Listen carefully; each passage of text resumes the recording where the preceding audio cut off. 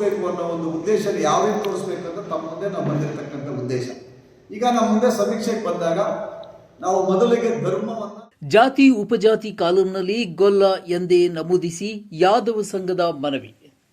ರಾಜ್ಯ ಸರ್ಕಾರದ ವತಿಯಿಂದ 15 ದಿನಗಳ ಕಾಲ ನಡೆಯುತ್ತಿರುವ ಸಾಮಾಜಿಕ ಹಾಗೂ ಶೈಕ್ಷಣಿಕ ಜಾತಿ ಸಮೀಕ್ಷೆಗೆ ಚಿಕ್ಕಬಳ್ಳಾಪುರ ಯಾದವ ಕ್ಷೇಮಾಭಿವೃದ್ಧಿ ಸಂಘದ ಗೌರವಾಧ್ಯಕ್ಷ ವಕೀಲ ಕೆಎಂ ಮುನೇಗೌಡ ಹಾರ್ದಿಕ ಸ್ವಾಗತ ವ್ಯಕ್ತಪಡಿಸಿದ್ದಾರೆ.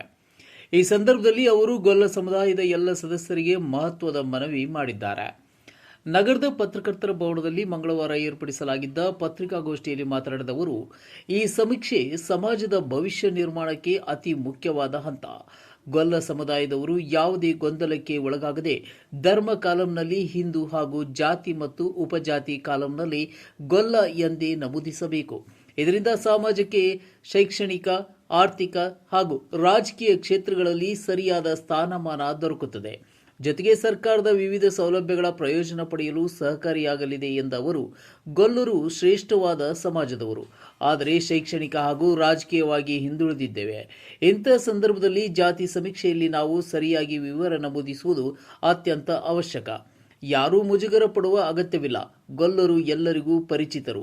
ಹೀಗಾಗಿ ಆತ್ಮಗೌರವದಿಂದ ಜಾತಿ ಕಾಲಂನಲ್ಲಿ ಗೊಲ್ಲ ಎಂದೇ ನಮೂದಿಸಬೇಕು. ತಪ್ಪಾಗಿ ಬೇರೆ ಜಾತಿ ನಮೂದಿಸಿದರೆ ಭವಿಷ್ಯದಲ್ಲಿ ಅನೇಕ ತೊಂದರೆಗಳು ಎದುರಾಗುತ್ತವೆ ಎಂದು ಎಚ್ಚರಿಸಿದರು. ತೋರಿಸಬೇಕು ಅನ್ನೋ ಒಂದು ಉದ್ದೇಶ ಯಾವ್ದು ತೋರಿಸಬೇಕು ಅಂತ ತಮ್ಮ ಮುಂದೆ ನಾವು ಬಂದಿರತಕ್ಕಂಥ ಉದ್ದೇಶ. ಈಗ ನಮ್ಮ ಮುಂದೆ ಸಮೀಕ್ಷೆಗೆ ಬಂದಾಗ ನಾವು ಮೊದಲಿಗೆ ಧರ್ಮವನ್ನು ಹಿಂದೂ ಧರ್ಮ ಅಂತ ನಾವು ತೋರಿಸ್ತೀವಿ. ಎಲ್ಲರೂ ಗೊತ್ತಿದೆ ಯಾವ ಧರ್ಮ ನೀವು ಅಂದ್ರೆ ನಾವು ಹಿಂದೂ ಧರ್ಮ ಅಂತ ಹೇಳ್ತೀವಿ. ಅದೇ ರೀತಿ ನೀವು ಯಾವ ಜಾತಿ ಅಂದ್ರೆ ನಾವು ಗೊಲ್ಲ ಜಾತಿ ಅಂತ ಹೇಳಲೇಬೇಕು.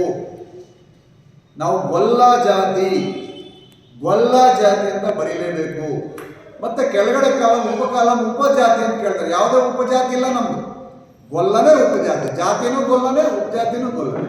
ನಮ್ದಲ್ಲಿ ಯಾವುದೇ ರೀತಿಯಾದ ಗೊಲ್ಲರಲ್ಲಿ ಯಾವುದೇ ರೀತಿಯಾದ ಬೇರೆ ಬೇರೆ ಜಾತಿಗಳಿಲ್ಲ, ಬೇರೆ ಬೇರೆ ಉಪಜಾತಿಗಳಿಲ್ಲ. ನಮ್ಮ ತಾಲೂಕು ಗೊಲ್ಲ ಸಮುದಾಯದವರಿಗೆ ಕೈ ಮುಗಿದು ಮನವಿ ಮಾಡ್ತೀವಿ. ಜಿಲ್ಲಾ ಯಾದವ ಗೊಲ್ಲ ಸಮುದಾಯದ ಕೈ ಮುಗಿದು ಮನವಿ ಮಾಡ್ತೀವಿ.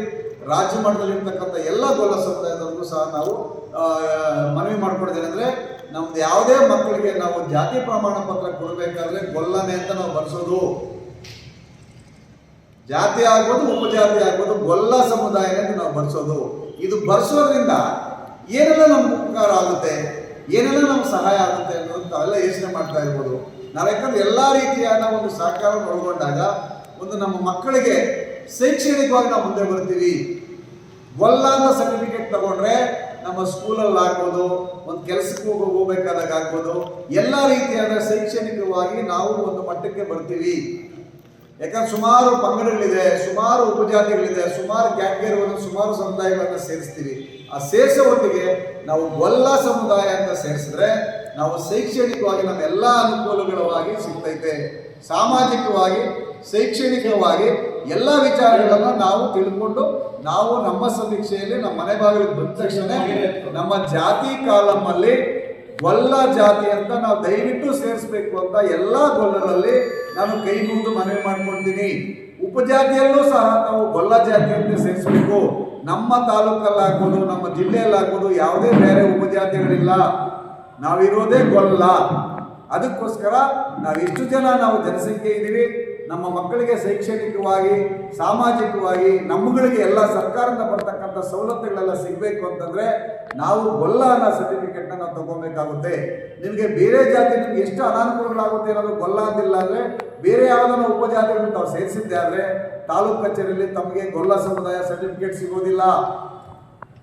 ಮತ್ತೆ ಗಂಗಾ ಕಲ್ಯಾಣ ಇಲಾಖೆಯಲ್ಲಿ ಹೋದ್ರಿ ಗೊಲ್ಲರಿಗೆ ಸಿಗೋಂಥ ಸವಲತ್ತುಗಳು ಸಿಗಲ್ಲ. ಮತ್ತೆ ಸೋಷಿಯಲ್ ಡಿಪಾರ್ಟ್ಮೆಂಟಲ್ಲಿ ಹೋದ್ರೆ ಸಿಗಲ್ಲ, ಹಿಂದುಳಿದ ವರ್ಗಗಳಿಗೆ ಹೋದ್ರೆ ಸಿಗಲ್ಲ. ಮತ್ತೆ ಚುನಾವಣೆಗೂ ಸಹ ನಾವೇನಾದರೂ ರಾಜಕೀಯವಾಗಿ ನಾವು ಒಂದು ಹೆಜ್ಜೆ ಮುಂದೆ ಇಟ್ಟಿದ್ದೀವಿ ಅಂತಂದ್ರೆ ಅದರಲ್ಲಿ ಸರ್ಟಿಫಿಕೇಟ್ ಅಲ್ಲಿ ಕ್ಯಾಟಗರಿ 1 ಅಂತ ಬಂದಾಗ ನಾವು ಗೊಲ್ಲ ಸಮುದಾಯ ಬರ್ತೀವಿ. ಸರ್ಟಿಫಿಕೇಟ್ ಅಲ್ಲಿ ನಾವು ಗೊಲ್ಲ ಸಮುದಾಯ ಅಂತಿದ್ರೆ ಮಾತ್ರನೇ ನಮಗೆ ಕ್ಯಾಟಗರಿ 1ಗೆ ನಾವು ಅರ್ಹರಾಗ್ತೀವಿ. ಬೇರೆ ಉಪಜಾತಿಗಳು ಬಂದರೆ ನಾವು ಅರ್ಹರಾಗ್ತೀವಿ.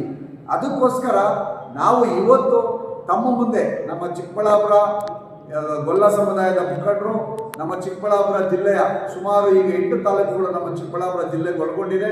ಗೌರಿಬಿದನೂರು ತಾಲೂಕು ಆಗ್ಬೋದು, ಗುಡಗೊಂಡೆ ತಾಲೂಕು ಆಗ್ಬೋದು, ಮಂಚೇನಹಳ್ಳಿ ತಾಲೂಕು ಆಗ್ಬೋದು, ಬಾಗೇಪಲ್ಲಿ ತಾಲೂಕು ಆಗ್ಬೋದು, ಚೇಳೂರು ತಾಲೂಕು ಆಗ್ಬೋದು, ಚಿಂತಾಮಣಿ ತಾಲೂಕು ಆಗ್ಬೋದು, ಶಿರಘಟ್ಟ ತಾಲೂಕು ಆಗ್ಬೋದು, ಮತ್ತು ನಮ್ಮ ಚಿಕ್ಕಬಳ್ಳಾಪುರ ಚಿಕ್ಕಬಳ್ಳಾಪುರ ಜಿಲ್ಲೆಯ 8 ತಾಲೂಕುಗಳು 5 ವಿಧಾನಸಭಾ ಕ್ಷೇತ್ರಗಳು ಇರ್ತಕ್ಕಂಥ ಆ 8 ತಾಲೂಕುಗಳ ಪೈಕಿ ಎಲ್ಲ ಗೊಲ್ಲ ಸಮುದಾಯದಲ್ಲಿ ಕೈ ಮುಗಿದು ಮನವಿ ಮಾಡ್ತೀವಿ. ಜಾತಿ ಸಮೀಕ್ಷೆಗೆ, ಜಾತಿ ಗಣನೆಗೆ ತಮ್ಮ ಮುಂದೆ ಅಧಿಕಾರಿಗಳು ತಮ್ಮ ಮನೆ ಬಾಗಿಲು ಬಂದಾಗ ನಮ್ಮ ಜಾತಿಯನ್ನು ಗೊಲ್ಲ ಜಾತಿಯಂತೆ ನಾವು ಬರೆಸಬೇಕಾಗುತ್ತೆ, ಉಪಜಾತಿಯಲ್ಲೂ ಸಹ ಗೊಲ್ಲ ಜಾತಿಯಂತೆ ಬರೆಸಬೇಕಾಗುತ್ತೆ. ತಾವೇನಾದರೂ ಈಗೇನಾದರೂ ಮಿಸ್ಟೇಕ್ ಮಾಡಿಕೊಂಡು ಜಾತಿಯೇನಾದರೂ ಸಣ್ಣ ಪುಟ್ಟ ತಮ್ಮ ತಪ್ಪಿನಿಂದ ಆಗ್ಬೋದು, ಇಲ್ಲ ಬೇರೆ ತಪ್ಪಿನಿಂದ ಆಗ್ಬೋದು ಏನಾದರೂ ಆದರೆ ಖಂಡಿತವಾಗ್ಲೂ ನಮಗೆ ಸರ್ಕಾರದ ಸಿಗೋಂಥ ಸವಲತ್ತುಗಳಾಗಲಿ, ನಮ್ಮ ಮಕ್ಕಳಿಗೆ ಶೈಕ್ಷಣಿಕವಾಗಿ ಸಿಗೋಂಥ ಸವಲತ್ತುಗಳ ಮುಂದೆ ತೊಂದರೆ ಆಗುತ್ತೆ. ಅದಕ್ಕೋಸ್ಕರ ಅನಾಹುತಗಳಾಗೋದು ಬೇಡ. ಅದಕ್ಕೋಸ್ಕರ ತಾವು ತಮ್ಮ ಇವತ್ತು ಪತ್ರಿಕಾಗೋಷ್ಠಿ ಮುಂದೆ ಬಂದು ನಿಮ್ಮೆಲ್ಲರಿಗೂ ಸಹ ಇದ್ರ ಬಗ್ಗೆ ಅರಿವನ್ನು ಯಾದವ ಕ್ಷೇಮಾಭಿವೃದ್ಧಿ ಸಂಘದ ತಾಲೂಕಾಧ್ಯಕ್ಷ ವಕೀಲ ಮುನಿಕೃಷ್ಣಪ್ಪ ಮಾತನಾಡಿ, ಈ ಸಮೀಕ್ಷೆ ಸಮಾಜದ ಹಿತಕ್ಕಾಗಿ ಅತ್ಯಂತ ಅಗತ್ಯ. ಹಿಂದುಳಿದ ಸಮಾಜವನ್ನು ಆರ್ಥಿಕ, ಶೈಕ್ಷಣಿಕ ಹಾಗೂ ರಾಜಕೀಯವಾಗಿ ಮುಖ್ಯವಾಹಿನಿಗೆ ತರಲು ಸರ್ಕಾರ ದೊಡ್ಡ ಹೆಜ್ಜೆ ಹಾಕಿದೆ. ಇಂತಹ ಸಮೀಕ್ಷೆಗಳಿಂದ ನಮ್ಮ ಸಮುದಾಯಕ್ಕೆ ಸೂಕ್ತ ಸ್ಥಾನಮಾನ ದೊರೆಯಲು ಸಾಧ್ಯವಾಗುತ್ತದೆ. ರಾಜ್ಯ, ಜಿಲ್ಲಾ ಹಾಗೂ ತಾಲೂಕಾ ಸಮಿತಿಗಳ ವತಿಯಿಂದ ನಾವು ಸರ್ಕಾರಕ್ಕೆ ಕೃತಜ್ಞತೆ ಸಲ್ಲಿಸುತ್ತೇವೆ ಎಂದು ಅಭಿಪ್ರಾಯಪಟ್ಟರು. ಇವತ್ತು ಈ ಒಂದು ರಾಜ್ಯ ಸರ್ಕಾರ ಏನು ಜಾತಿ ಗಣತಿಯನ್ನು ಈಗ ಪ್ರಾರಂಭ ಮಾಡಬೇಕು ಅಂತೇಳಿ 22/9/2025ರಿಂದ 10/10/2025ವರೆಗೆ ಒಂದು ಗಡುವನ್ನು ಕೊಟ್ಟಿದ್ದಾರೆ. ಇದರ ಅಂತೆ ನಮ್ಮ ರಾಜ್ಯ ಯಾದವ ಗೊಲ್ಲ ಸಂಘದ ಅಧ್ಯಕ್ಷರು ಹಾಗೂ ರಾಜ್ಯದ ಸಮಿತಿಯ ಎಲ್ಲ ಪದಾಧಿಕಾರಿಗಳು ಸಭೆಯನ್ನು ಕರೆದು ರಾಜ್ಯ ಮಟ್ಟದಲ್ಲಿ ಒಂದು ಸುದ್ದಿಗೋಷ್ಠಿಯನ್ನು ಕರೆದು ಎಲ್ಲ ಜಿಲ್ಲಾ ಮಟ್ಟದಲ್ಲಿ ಮತ್ತು ತಾಲೂಕು ಮಟ್ಟದಲ್ಲಿ ಎಲ್ಲ ಸಂಘಗಳು ಇರ್ತಕ್ಕಂಥ ಯಾದವ ಸಂಘಗಳಿಗೆ ಒಂದು ಮಾಹಿತಿಯನ್ನು ರವಾನೆ ಮಾಡಲು ಏನಂತಂದರೆ ಎಲ್ಲ ಜಿಲ್ಲಾ ಮತ್ತು ತಾಲೂಕು ಮಟ್ಟದಲ್ಲಿ ಆಯಾ ಸಂಘದ ಪದಾಧಿಕಾರಿಗಳು ಒಂದು ಸಭೆಯನ್ನು ಕರೆದು ಸುದ್ದಿಗೋಷ್ಠಿಯನ್ನು ಕರೆದು ಆ ಸಮುದಾಯದಲ್ಲಿ ಇರ್ತಕ್ಕಂಥ ಜನಾಂಗಕ್ಕೆ ಒಂದು ಮಾಹಿತಿಯನ್ನು ರವಾನೆ ಮಾಡಿ ಮತ್ತು ಏನು ಮೂಲ ಜಾತಿ ಗೊಲ್ಲ, ಉಪಜಾತಿಯ ಗೊಲ್ಲ ಅಂತ ನಮೂದೆ ಮಾಡಬೇಕು. ರಾಜ್ಯ ಸಂಘದ ನಿರ್ದೇಶನದಂತೆ ಸ್ಥಳೀಯ ಸಂಘಟನೆಗಳು ಸಮುದಾಯದ ಜನರಲ್ಲಿ ಜಾಗೃತಿ ಮೂಡಿಸುತ್ತಿದ್ದು, ಇಡೀ ಜಿಲ್ಲೆಯ ಗೊಲ್ಲ ಸಮುದಾಯದವರು ಸಮೀಕ್ಷೆ ನಡೆಸುವ ಅಧಿಕಾರಿಗಳಿಗೆ ಸಹಕಾರ ನೀಡಿ ಸರಿಯಾದ ಮಾಹಿತಿಯನ್ನು ಒದಗಿಸಬೇಕೆಂದು ಸಂಘದ ಮುಖಂಡರು ಒತ್ತಾಯಿಸಿದರು. ಈ ಮೂಲಕ ಗೊಲ್ಲ ಸಮುದಾಯವು ಭವಿಷ್ಯದಲ್ಲಿ ಶೈಕ್ಷಣಿಕ, ಸಾಮಾಜಿಕ ಹಾಗೂ ರಾಜಕೀಯ ಕ್ಷೇತ್ರಗಳಲ್ಲಿ ಹೆಚ್ಚಿನ ಅಭಿವೃದ್ಧಿ ಸಾಧಿಸಲು ಸಾಧ್ಯವೆಂಬ ವಿಶ್ವಾಸ ವ್ಯಕ್ತಪಡಿಸಲಾಯಿತು. ಇನ್ನು ಸುದ್ದಿಗೋಷ್ಠಿಯಲ್ಲಿ ಯಾದವ ಕ್ಷೇಮಾಭಿವೃದ್ಧಿ ಸಂಘದ ಜಿಲ್ಲಾಧ್ಯಕ್ಷ ಆರ್ ವೆಂಕಟೇಶ್, ನರಸಪ್ಪ, ರವಿ, ನಾರಾಯಣಸ್ವಾಮಿ ಇದ್ದರು.